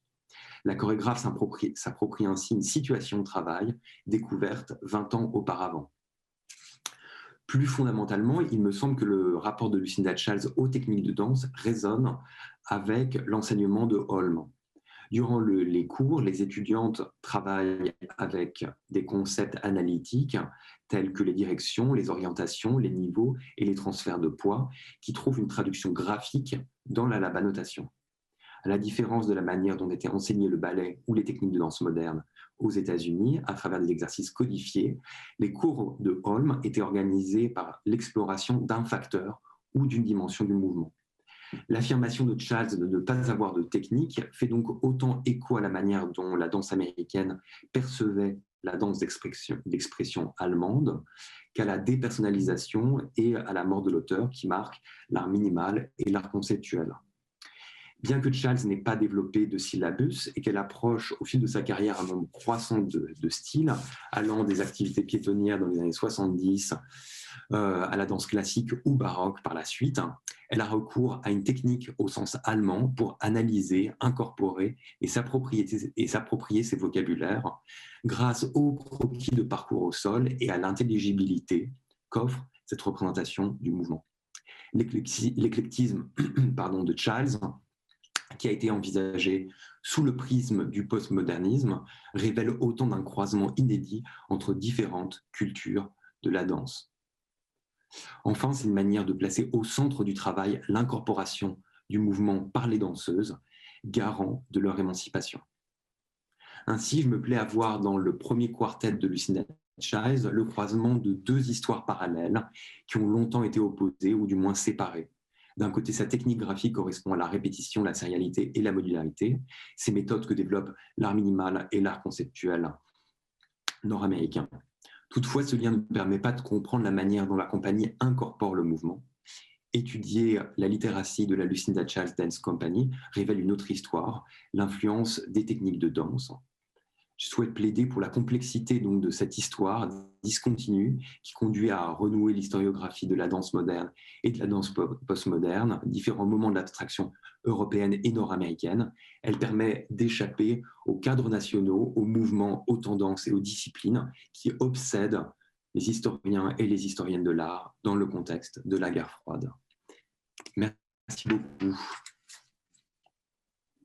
Et j'arrête le partage d'écran. Merci à vous de nous avoir montré et d'avoir décrypté pour nous les partitions produites par Child. La lecture que vous en avez faite met en avant une définition de l'abstraction qui jongle entre vocabulaire abstrait objectif et expressivité subjective. Et en ce sens, la pratique de Child semble elle aussi participer d'une remise en cause des récits canoniques, pour reprendre l'expression de Marion Sergent, ou subvertir le canon artistique, pour reprendre celle employée par Fanny Tachon. La prise en compte de cette discipline qui est la danse permet en tout cas ce travail de complexification de la conception de l'abstraction qu'on se propose de faire durant ces matinées doctorales. Et donc, je vous remercie pour cette intervention. Je vais maintenant donner la parole aux auditeurs. Plutôt, je vais me faire le relais de leurs interrogations. Et donc, je vais commencer par lire une première question qui s'adresse à Fanny Tachon. Aujourd'hui, il y a un regain des techniques textiles dans l'art, mais il me semble que sur le plan théorique, il n'y a pas eu d'évolution depuis les années 70 dans les interprétations de l'usage de ces médiums, re-empowerment, etc. Je trouve aussi partielle cette analyse car les hommes aussi ont pratiqué le textile, soyeux lyonnais, tricoteurs irlandais, brodeurs bretons. Je me demandais aussi comment, en tant qu'artiste, contourner un systématique renvoi aux revendications de genre dès lors que le textile est notre médium, mais que ces problématiques ne sont pas au cœur du travail et des productions. Merci pour vos pistes de réflexion. Merci beaucoup pour cette question. Évidemment, mon analyse lors de cette communication n'était que très partielle à propos de l'art textile abstrait, puisqu'elle s'appuyait exclusivement sur les deux manifestations conçues par Aline Dallier-Popper et réservées aux plasticiennes. Toutefois, il me semble que d'autres expositions muséales sont revenues sur la question de l'art textile au cours de ces dernières décennies. Griselda Pollock évoquait par exemple hier l'exposition Abstraction in Textile Art aux Beaux-Arts de Bruxelles, qui a eu lieu en 2000, il me semble, ou bien plus récemment l'exposition Décorum, tapis et tapisseries d'artistes, qui avait été organisée par Anne Dressen au Musée d'Art moderne de Paris en 2014. Et ces deux manifestations, elles ne s'appuyaient pas exclusivement sur la question du genre. Elles présentaient aussi bien des œuvres réalisées par des artistes hommes que femmes. Et je n'ai pas consulté le premier catalogue, mais dans le second, Anne Dressen, dans un de ses articles, revient sur le travail des soyeux lyonnais, des tricoteurs irlandais ou bien des brodeurs bretons.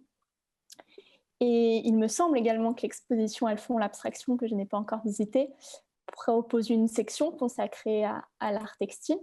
qui présente le travail de Magdalena Abakanowicz, de Jagoda Buic, dont j'ai parlé, mais aussi de Sheila Hicks et de Leonore Tonney. Et en tout cas, dans le catalogue, l'analyse qui est faite de ces travaux repose davantage sur des questions formelles ou du moins historiques, plus que féministes. Donc je pense que ça peut peut-être vous fournir d'autres voies ou pistes pour éviter cette lecture uniquement centrée sur le genre. Merci, merci beaucoup pour cette réponse. Il y a une autre remarque d'ailleurs, plutôt qu'une question qui vous est adressée, Franny. C'est une suggestion d'Elena Dirado qui vous écrit, qui vous remercie déjà pour votre présentation et qui tient à signaler l'artiste italienne Renata Boero qui a utilisé le tissu et les pigments dans des installations environnementales dans les années 70. Voilà, donc je ne sais pas si vous connaissez cette pratique, mais en tout cas, elle vous la signale. Il y a une autre question, cette fois-ci pour Marion Sergent. Quels sont les rapports entre Louis Janin et la Société de théosophie? C'est une question. J'ai cru voir passer cette référence dans l'une des œuvres qui a été montrée. Merci. Oui, c'était à propos de Mandara, qui est en effet une œuvre qui a été acquise par la Société théosophique en 1924. Ils l'ont acquis tout de suite. Elle est encore là-bas. D'ailleurs, si on va à la Société théosophique de Paris, on voit l'œuvre qui n'est plus en très bon état, mais qui figure toujours sur les murs. Et c'est pas du tout étonnant de voir une œuvre de Louis Janin là-bas, puisque c'est une artiste qui, dans ses archives, j'ai pu retrouver de nombreux catalogues liés comme ça à des sociétés un peu occultes ou en tout cas ésotériques. Et c'est d'autant moins étonnant qu'elle appartenait au groupe musicaliste qui, pareil, au sein de ce groupe, vous avez de nombreux artistes qui ont été en lien avec des sociétés ésotériques comme Eudia, qui ont lu, ces artistes ont lu les ouvrages de Besant et Leadbeater, donc il y a un vrai lien à faire.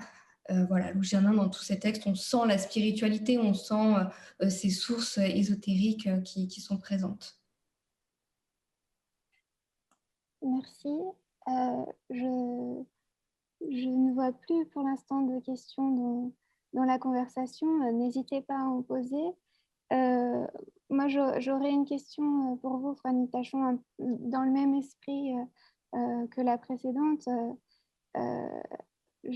Marion Sergent a abordé la question du symbole dans les productions qu'elle a montrées. Il me semble que les œuvres qui sont exposées lors des manifestations de dialogue relèvent plus de l'indice. Vous avez bien montré qu'elle mettait plutôt en scène des assemblages de traces directes du quotidien des femmes. Et l'exemple le plus parlant, c'est sans doute la grille abstraite devenue jeu de dames avec les serpillières de Raymond Darcier. Alors, je fais l'hypothèse que cette inclusion du réel dans l'abstraction est la manière la plus efficace de lui faire porter une dimension politique, sans doute. Et j'imagine que c'est la raison pour laquelle ce geste est très présent chez les membres du groupe Dialogue. Mais je me demandais si en regroupant ces travaux, on ne prenait pas le risque de situer les femmes du côté d'un univers hyper concret, indépassable, alors que les hommes auraient une capacité à se projeter, à concevoir un ailleurs. Et je renvoie ici justement aux utopies plastiques de création d'un monde autre, du néoplasticisme par exemple. Et vous nous avez dit qu'Aline Dallier-Popper ne s'inscrivait pas du tout dans une conception essentialiste. Et donc, j'aurais voulu savoir si elle avait conscience de ce risque et éventuellement la manière dont elle y répondait. Alors oui, merci beaucoup pour cette question. Alors c'est vrai que tout au long de sa carrière, Aline Dallier-Popper, elle a vraiment été confrontée à cette problématique de la théorisation du genre. Elle était vraiment la seule à opérer cette réflexion à cette époque en France, qui lui était héritée des réflexions menées par certaines théoriciennes américaines qu'elle a pu fréquenter, puisqu'elle a pas mal travaillé sur la galerie AIR que j'ai rapidement évoquée lors de travaux de recherche. Et donc, elle connaissait les écrits de Linda Nochlin, de Lucy Lippard ou bien de Griselda Pollock. Et en France, notamment dans sa thèse qui est aujourd'hui conservée à Rennes et aussi à l'Université Paris 8 que j'ai pu consulter, elle parle à plusieurs reprises de cette problématique de l'essentialisme et de cette difficulté de surmonter, notamment en travaillant sur l'art textile. Et elle répète qu'elle ne veut pas contribuer à cette image d'ouvrage des dames, de travaux d'aiguille domestiques. Et c'est assez étonnant parce que dans son parcours, il y a vraiment cette volonté, enfin, après les années 70, elle s'écarte un peu de ces réflexions sur les artistes femmes et elle se met à écrire davantage sur les œuvres d'artistes hommes. Donc pas vraiment dans le cadre de l'art textile, mais je pense par exemple à ses écrits sur l'art minimal, ou aussi beaucoup sur Jean Dubuffet ou alors Nicolas de Staël. Et dans les dernières interviews qu'elle a fait à la fin de sa vie, elle dit ne plus vouloir vraiment intervenir sur ces problématiques de genre et ne plus se prononcer. Donc je pense qu'en effet, elle était arrivée dans une sorte de, pas d'écueil, mais genre oui, elle ne savait plus comment se positionner. Donc dès qu'elle était sollicitée pour participer à des textes, des conférences, elle déclinait le plus souvent. Je ne sais pas si j'ai répondu vraiment à votre question. Si, tout à fait. Si, non, c'est intéressant parce que c'est vrai qu'on voit que ça peut aussi poser d'autres problèmes. Je regarde la conversation. Il n'y a pas d'autres. Alors, je poursuis avec les miennes dans ce cas. À moins d'ailleurs que les autres intervenants réagir aux réactions de chacun et chacune, c'est possible aussi. Sinon, je poursuis. Peut-être que moi, je voulais justement réagir justement à la question que vous veniez de poser à Franny Tachon. Bon, la première chose, c'est que j'étais très agréablement surpris par l'écho entre nos deux communications, dans la mesure où la pièce sur laquelle j'ai centré mon propos, Calico Mingling, résonne avec ces questions justement textiles, hein, puisque la métaphore, enfin en tout cas le titre, utilise voilà, ce matériau textile qu'est le calico de coton comme pour réfléchir ou donner un modèle théorique à la pratique justement de chorégraphie abstraite qu'elle développe à cette époque-là. C'est un petit peu un cas exceptionnel dans le travail de Lucinda Childs, puisque c'est pas quelque chose qu'on retrouvera par la suite. Mais en tout cas, on voit l'importance de ce modèle textile, au moins conceptuellement, et la circulation voilà, qu'elle évoque notamment à New York à travers la Air Gallery. L'autre chose, c'est que c'est vrai que concernant Lucinda Childs, c'est vrai que dans les années 70, émerge quand même une critique très forte aussi de la place de la différence sexuelle dans les théories féministes. Enfin, je pense en particulier aux propos de De Laurentiis. Et c'est vrai que là, il y a l'émergence aussi d'une théorie queer qui va réfléchir à la question du féminisme sur d'autres bases. Oui, c'est vrai. Vous avez terminé? Oui, et d'ailleurs, j'aurais une question pour vous aussi, Foster, par rapport à cette question de la grille que j'ai évoquée à propos de l'intervention de Franny Tachon et de la subversion de la grille. Alors, Child utilise la grille comme plan de parcours au sol, mais plutôt que de lui ajouter des objets du réel, elle lui ajoute une dimension expressive, si je reprends votre vocabulaire. Et donc, elle subvertit l'objectivité par la subjectivité. Enfin, si j'ai bien compris le processus, elle conçoit une danse qui consiste à suivre l'organisation régulière de la forme grille avec ses pas, tout en laissant le haut de son corps assez libre de ses mouvements.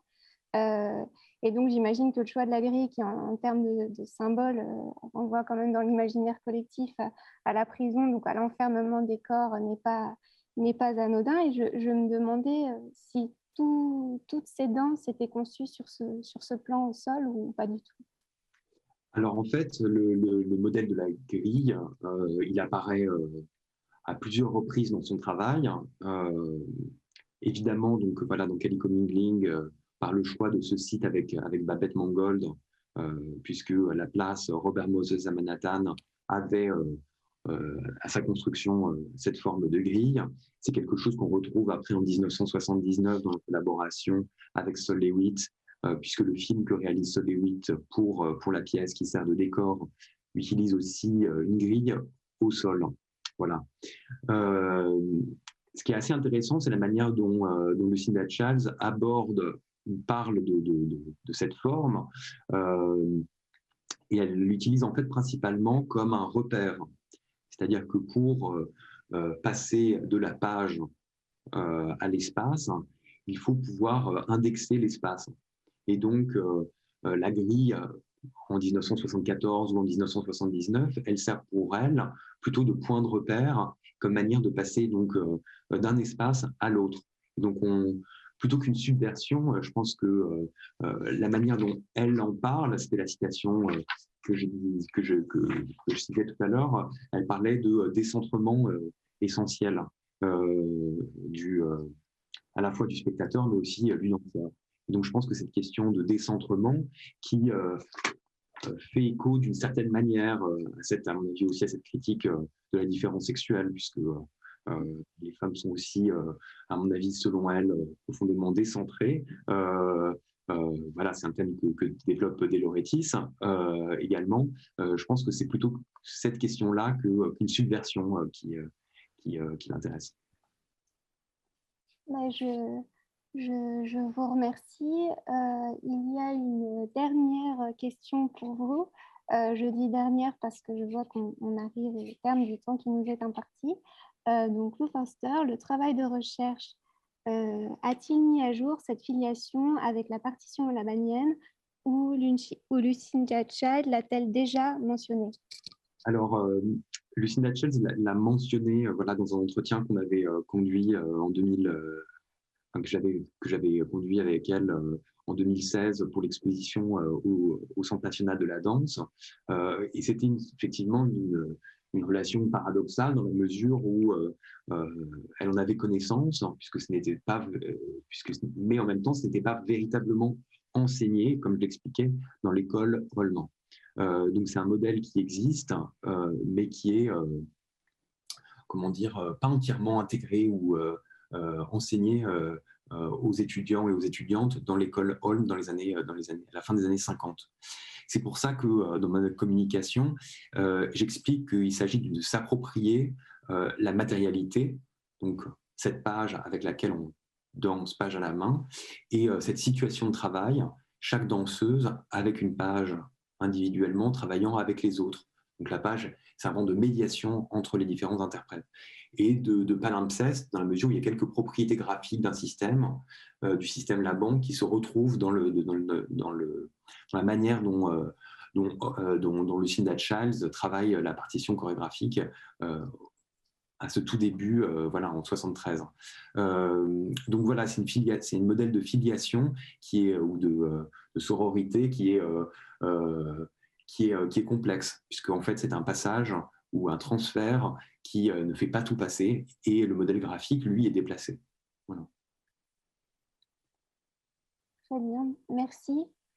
Comme je le disais, nous allons malheureusement devoir clore cette séance. Je remercie toutes les personnes présentes pour votre écoute. Je vous remercie également pour vos questions.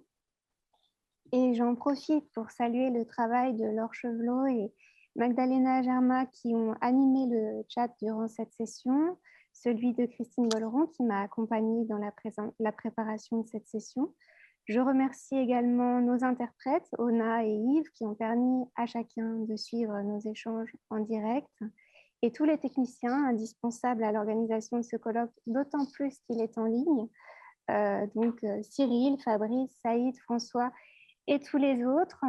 Je remercie enfin bien évidemment Marion Sergent, Franny Tachon et Lou Forster d'avoir bien voulu partager avec nous leurs recherches qui, bien que s'intéressant à des médiums, à des époques, à des ères géographiques différentes sont complémentaires par la façon dont elles questionnent les canons d'abstraction auxquels nous sommes habitués. Lou Foster parlait de décentrement, et donc je vous remercie pour ces pas de côté, pour ces premiers pas vers une définition élargie de l'abstraction. Nous poursuivrons cette réflexion demain, et donc je profite de ce moment pour inviter les personnes présentes à s'inscrire pour la session doctorale qui aura lieu demain de 14h à 15h45. Et par ailleurs, je rappelle que le colloque se poursuit cet après-midi et débutera à 14h. Voilà, je vous souhaite donc une belle après-midi studieuse, et je vous remercie tous toutes et tous pour votre présence attentive ce matin. Merci à vous. Merci beaucoup. Merci. Merci.